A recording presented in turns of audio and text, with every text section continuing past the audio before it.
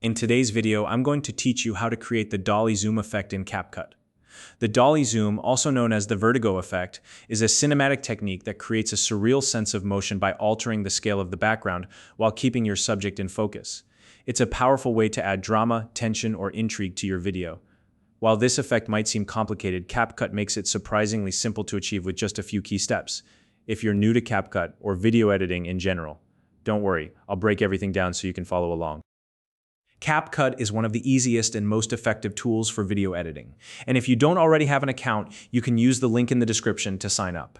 It's completely free to get started. The first thing you'll need to do is import your video clip into CapCut.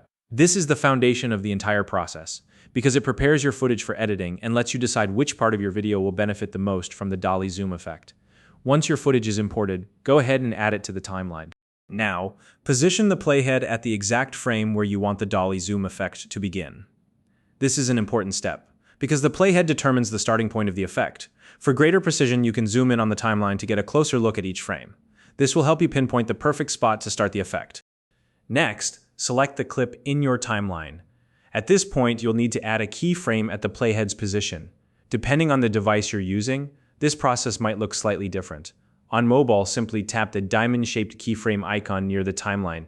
If you're using CapCut on a computer, you'll find the keyframe option in the Details panel under Video and Basic. From there, check the boxes for both scale and position. Adding this keyframe establishes the starting look of the effect, so it's important to ensure it's in the right place.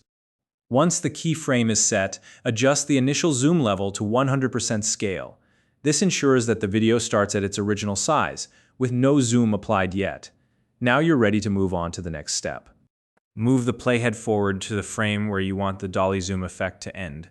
This step determines the duration of the effect, so take your time and decide how long you want the zoom to last. Once the playhead is in position, make a change to the scale or position of your video. In CapCut, this simple adjustment will automatically add a second keyframe to represent the endpoint of the animation. If you need to fine-tune the location of this endpoint later, don't worry, it's easy to adjust. Now, let's talk about how to adjust the scale and position to create the Dolly zoom effect. The way you modify these settings depends on your subject's movement.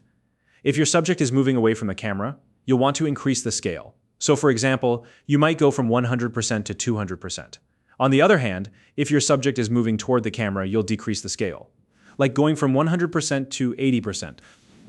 The key to the Dolly zoom effect is that the background changes in size while your subject remains anchored in place, creating that dramatic push-pull motion. To keep your subject centered while the background shifts, you'll need to manually adjust the position of your video. On mobile, you can drag the clip directly in the preview window until your subject is perfectly centered. If you're working on a computer, you can tweak the XY position sliders for precise adjustments. This step ensures your subject stays steady, which is essential for pulling off the effect. Once everything is set up, it's time to play back your video and review the Dolly zoom effect. CapCut will animate smoothly between the keyframes, creating the illusion of movement in the background. Take a close look to make sure everything looks the way you want.